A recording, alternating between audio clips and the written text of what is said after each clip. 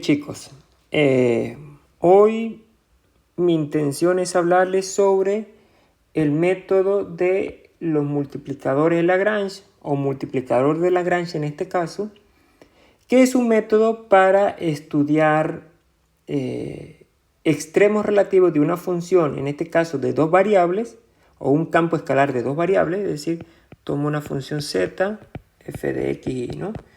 Y esta función f es una función que está yendo de algún dominio, su conjunto de R2 a valores en R2, a valores en R, perdón.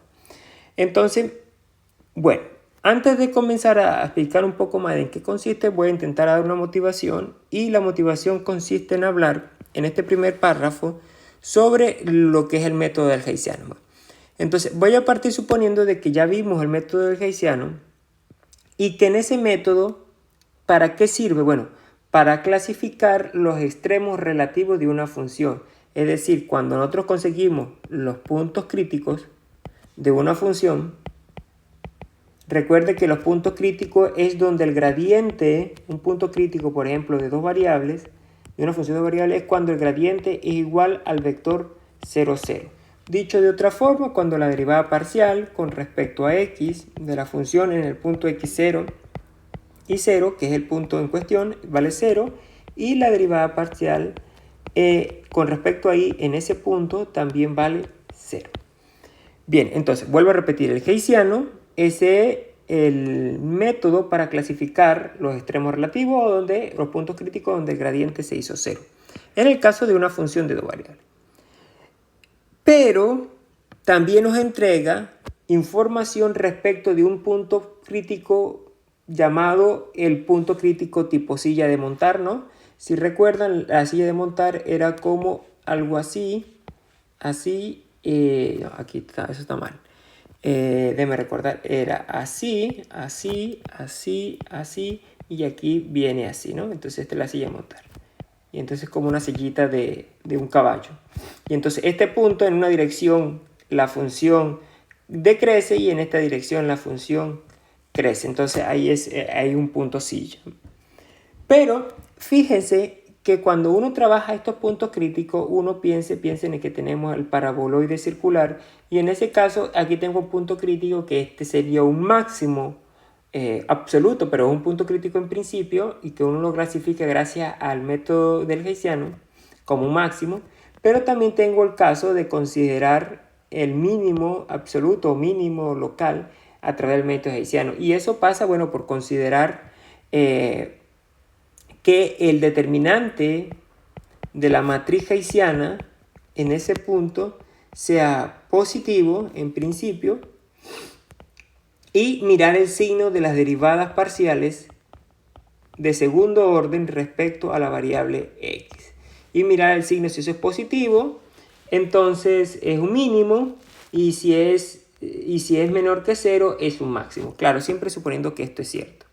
Ahora, en el caso que el determinante de la matriz Heysiana en el punto en cuestión sea negativo, automáticamente eso nos entrega información de que el punto en cuestión silla, punto crítico, es un punto silla. Bueno, entonces el método Heysiano en resumen nos permite calcular, categorizar puntos mínimos, máximos y tipo silla. Si el determinante del Heysiano es 0, el sistema no es bien. Pero todos estos sistemas están considerando si este es nuestro sistema de referencia X, Y Z.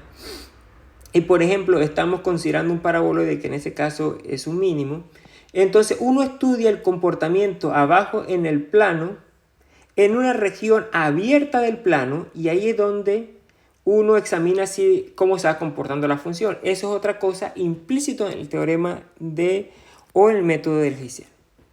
Ahora, dicho eso, lo de los puntos críticos, máximo y mínimo locales, punto silla, y que el dominio en el método del Heysiano tiene que ser una región abierta, por lo menos del dominio de la función de la variable.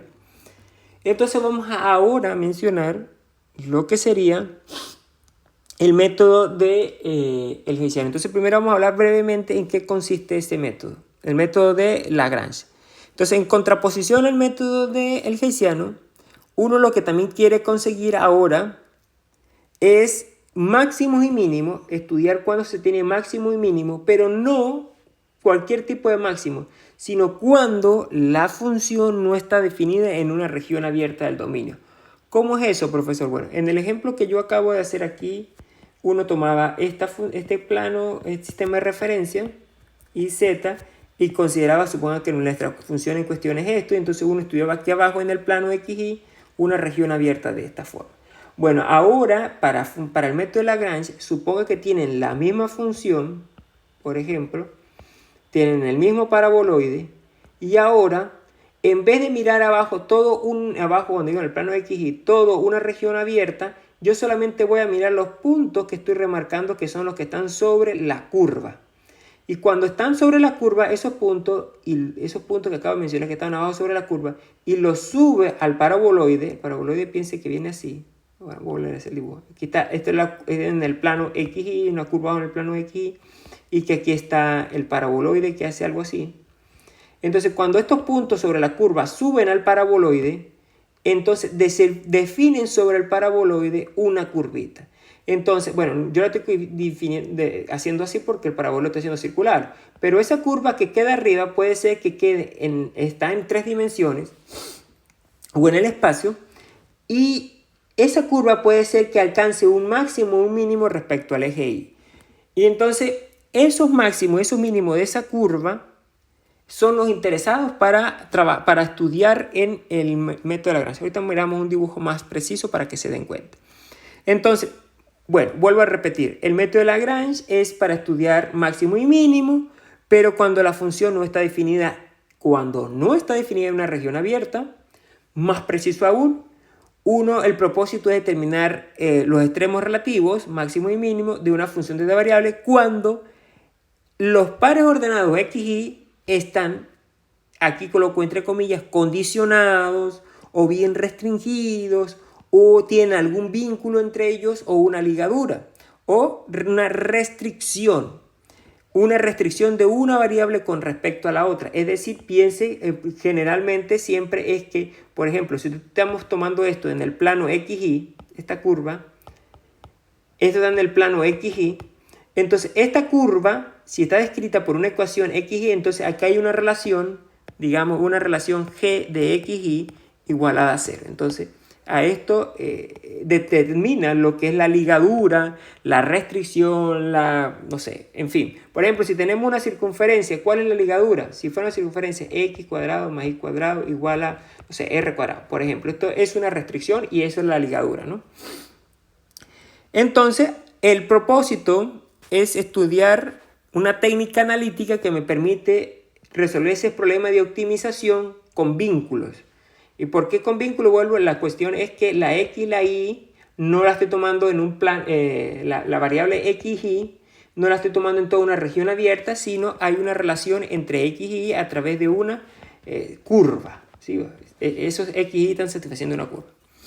Vamos a plantear de forma más precisa en qué consiste el método de Lagrange para 2 variables y una restricción. Entonces, para 2 variables y una restricción, permítanme un momento. Entonces, ¿cuál es el planteamiento formal? Entonces, arrancamos suponiendo que tengo una función de 2 variables, ¿sí? Un campo escalar de 2 variables, y que tengo una curva C0 que está contenida en el dominio de esa función. Para que se vayan haciendo idea, traspolen esta función a este gráfico que tengo aquí. Entonces la función en cuestión va a ser el paraboloide, en este caso un paraboloide elíptico. Y tengo una curva C0 que está contenida en el dominio. Entonces la curva C0 en este caso es esta que está aquí abajo. Esta sería en nuestro caso de la curva C0, que en este caso la curva es una circunferencia de centro en donde, en el origen, y con radio, si se dan cuenta, el radio es igual a 1. Entonces, bien, tengo mi superficie, tengo mi curva de restricción o mi ligadura, y esa ligadura se escribe de esta forma general, que bueno, ya les acabé de decir, en este caso particular del dibujo, es x cuadrado y cuadrado igual a 1.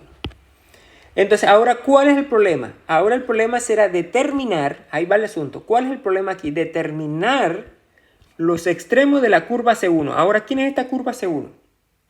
Aquí abajo está la curva C0. Y entonces agarro y levanto todos esos puntos de la curva C0 para la superficie, que es la marrón, y eso me da esta curva C1 que acabo de dibujar ahí. Esta curva C1 está contenida en la gráfica de mi función. Esta sería mi curva C1, que esencialmente la curva C1, si uno la puede escribir como la imagen de la función de la curva C0 a través de la función f. Entonces, fíjense que en este caso, esta función tiene, mira, aquí tiene un mínimo, aquí tiene un mínimo, aquí tiene un máximo, porque no, ahora yo no voy a mirar toda la superficie, sino solamente voy a mirar la curva de restricción que me quedó sobre las gráficas. Y lo que me interesa es mirar cuáles son los máximos y mínimos de esa gráfica respecto al eje Z. Fíjese que con respecto al eje Z, los valores más grandes de la curva roja son estos dos y los valores mínimos de esta curva son estos dos. Entonces la pregunta, ¿cómo calculo este punto, este punto, este punto, este punto? Porque con el método del Heysiano yo necesitaba tener toda una región abierta, así como la que está aquí adentro.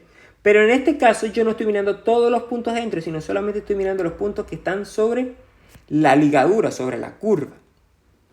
Entonces, bien, ahora la pregunta es ¿cómo encontramos estos puntos? Y luego de que si sepamos cómo calcularlos, sepamos cómo decir si es un máximo o un mínimo, que son dos cosas distintas, ¿sí? Fíjense que en el caso del método del Heysiano, uno primero hallaba los puntos críticos, ¿con qué? Haciendo que el gradiente valga 0, ¿verdad?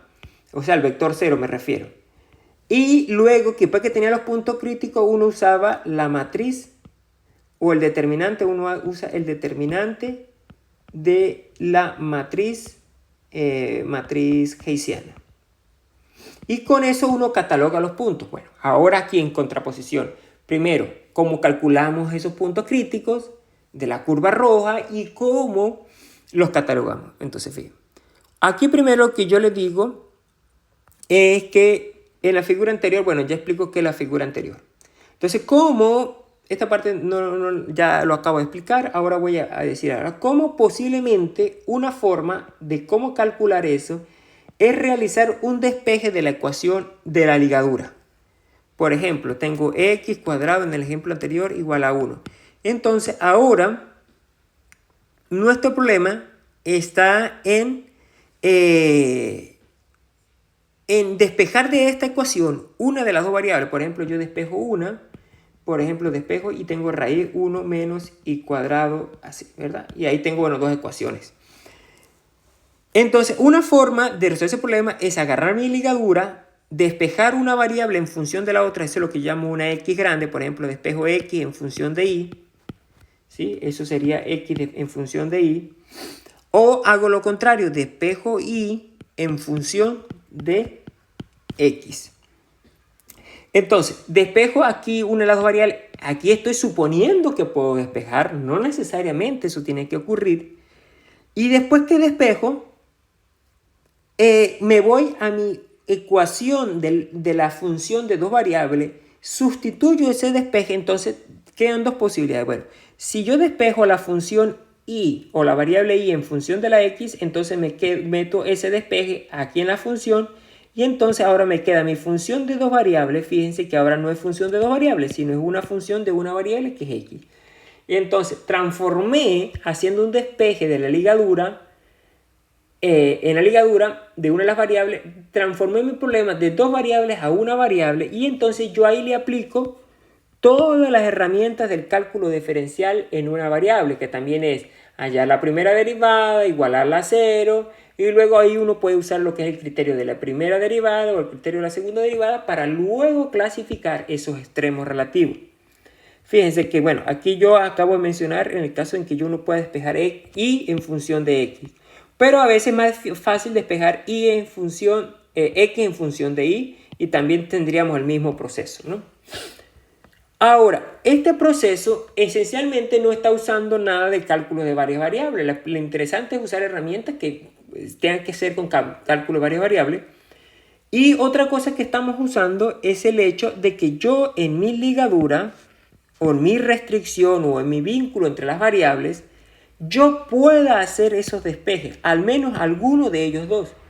Pero ya nosotros conocemos ejemplos de casos donde yo no puedo hacer esa despeje. Por ejemplo, si yo tengo x cubo por y más y al cubo por x más 1 igual a 0. Por ejemplo, esto que está acá, chicos, esa ecuación me representa una curva en el plano, ¿sí?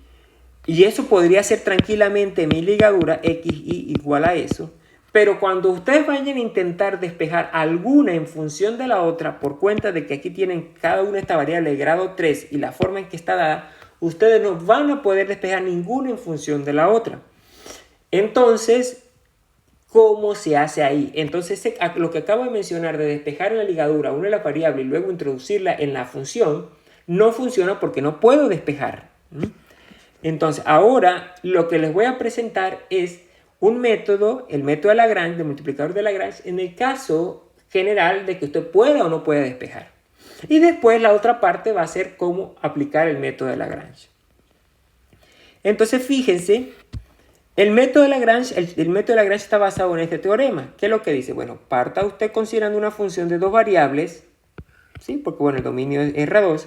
Y suponga que en este punto de coordenada x0 la función tiene un extremo local sujeto a la restricción tal.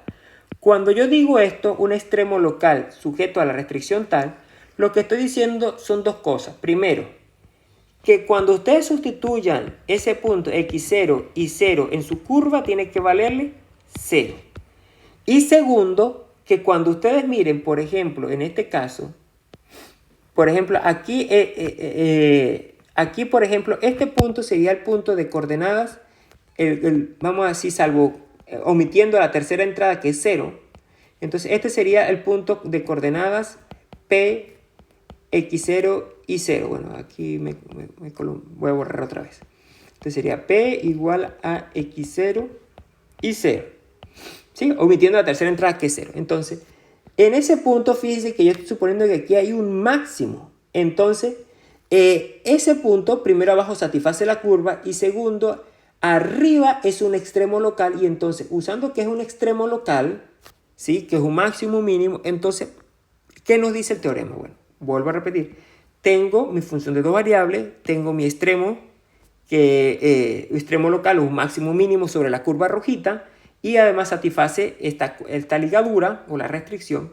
Y en función de eso, entonces dice el teorema, bueno, hay una constante llamada lambda, número real, que es lo que se llama el multiplicador de Lagrange, que hace una cierta cosa, que es esto que está aquí en recuadro. ¿Qué es lo que hace? Bueno, que la parcial de la función evaluada en el punto que yo llamo crítico, restricto, y la parcial con respecto a y coincide con la parcial de la f, de la g de la ligadura en ese punto y la parcial de la ligadura en ese punto. Dicho de otra forma, es que el vector gradiente de la función f evaluada en el punto x0 y 0 va a ser igual a lambda por el vector gradiente de la función ligadura en ese punto y 0 y 0.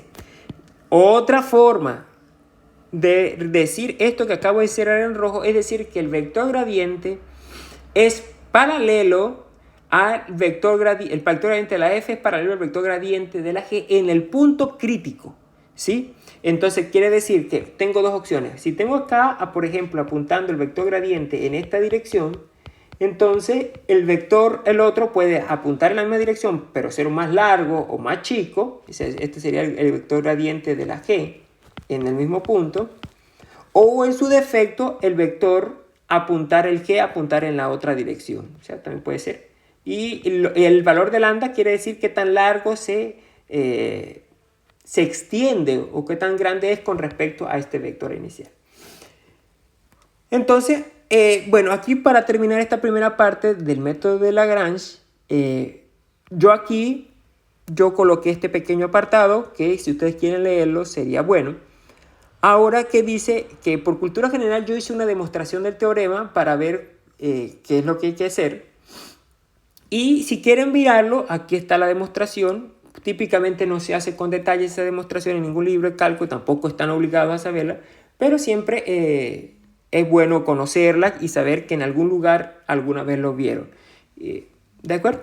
Entonces voy a dejar aquí esta primera parte y luego vamos a trabajar luego ejercicios.